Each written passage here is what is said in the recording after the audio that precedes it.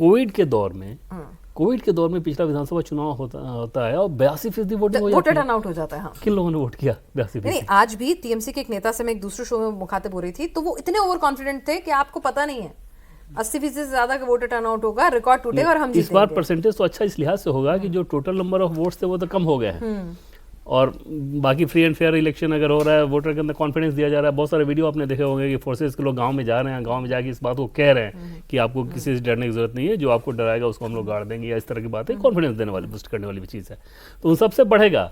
लेकिन कोविड के दौर में 82% वोटिंग, और उसको जब आप उसकी डिटेलिंग किया, जैसे एक कंस्टिट्यूंसी ऐसी है जहाँ पे ममता बनर्जी वाले भवानीपुर की बात बहुत होती है, लेकिन आपको 50, 60, 70 विधानसभा ऐसी मिलेंगी जहाँ पर 30,000, 40,000, 50,000 ऐसे फर्जी वोटर्स थे, उनका कटिंग हुआ है, वो सारे वोट गिरते थे। कुछ डेटा हमने निकाला था आलोक जी, ऐसे कई सीट्स हैं लगभग अगर हम कुछ तो बिल्कुल ऑन द फेस दिख रही हैं, 12 सीटें लगभग ऐसी थी जहां पर जो वोट कटे हैं और जो जीत हार का जो मार्जिन था उससे ज्यादा तो वोट कट गए हैं।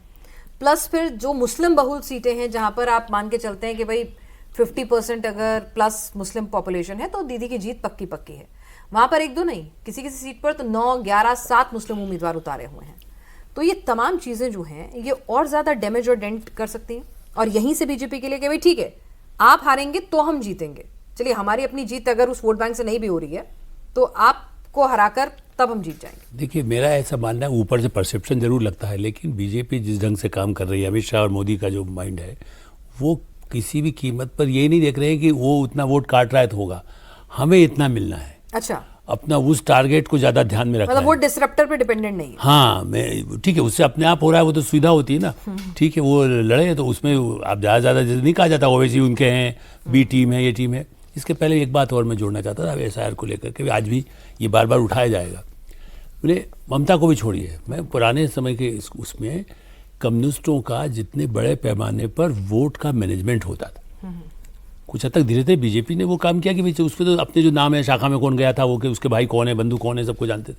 कम्युनिस्टों ने उस तरह से वोटर लिस्ट को वो करते थे मैनेज। उनका भी 25 साल जो राज रहा ना, वो खाली बहुत ऐसा नहीं था कि कांग्रेस खत्म हो गई थी या दूसरा नहीं था।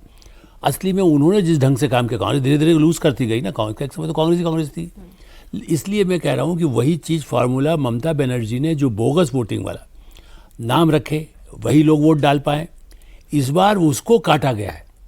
उसमें मैंने यही कहा कि हो सकता फर्जी, क्या जरूर थोड़ी कि मुस्लिम में ममता के साथ हो, हिंदू में भी ऐसे जो गरीब जाकर के 5 वोट डला दें, मशीन में गड़बड़ करा दें, वहाँ कुछ कर दें, नीचे मैनेजमेंट कर लें।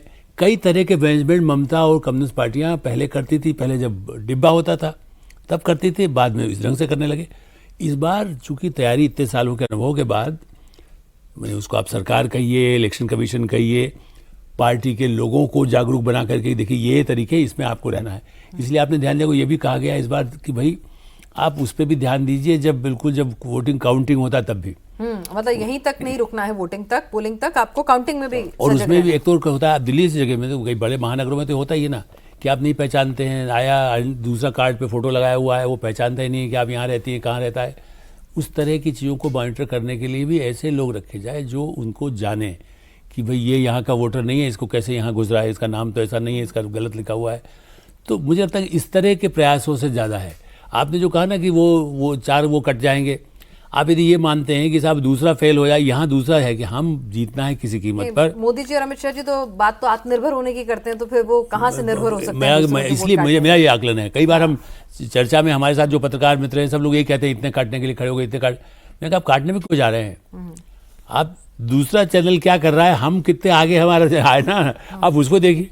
हमारा उसका यदि 40% है तो हमारा 50 होगा कि नहीं होगा? भाई मेरी थ्योरी भी ये मैं मानता हूँ जीवन में कि आप अपने लिए बानिए ना, अपनी लकीर बड़ी। आप दूसरे को क्यों करते हैं? अपनी लकीर बड़ी करिए, वो कर रहे हैं अमित शाह। और इसलिए इस बार बिल्कुल जो मनोज जी कह रहे हैं वो यदि सफल रहता है, मैं अभी नहीं कह 100%, अभी मैं कह रहा हूँ, हम ये भी मानते हैं कि टीएमसी का अपना नेटवर्क रहा था, लेकिन उसको ऐसे जो बोगस टाइप की चीज़ें हैं, जो फ्रॉड है, जो अपराधी तत्व हैं, माओवादी हैं, नक्सल हैं, विदेशी ताकतें हैं, उसको चेक किया गया। बांग्लादेशी तो चूंकि पब्लिक में तो यही दिखाया जाना चाहिए था कि भाई बांग्लादेशी घुसपैठी है। मेरा मानना है उसके पीछे जो भारत विरोधी हमारे देश को करने के लिए जब से लगे हैं, उस देश नक्सल खत्म किया गया। एक मैसेज तो बंगाल के लिए है, अब बंगाल में उतना नक्सल नहीं था, लेकिन आप देखिए चुनाव से 2 महीने पहले उन्होंने टारगेट रखा था कि हम मार्च के बाद नहीं होगा, और डिक्लेयर किया है सरकार ने कि हाँ ठीक है, अब छत्तीसगढ़ एक आध जिले में कहीं कोई छोटा मोटा हो तो बात अलग है। ये भी एक मैसेज बंगाल के लिए जहाँ से नक्सल शुरू हुआ था।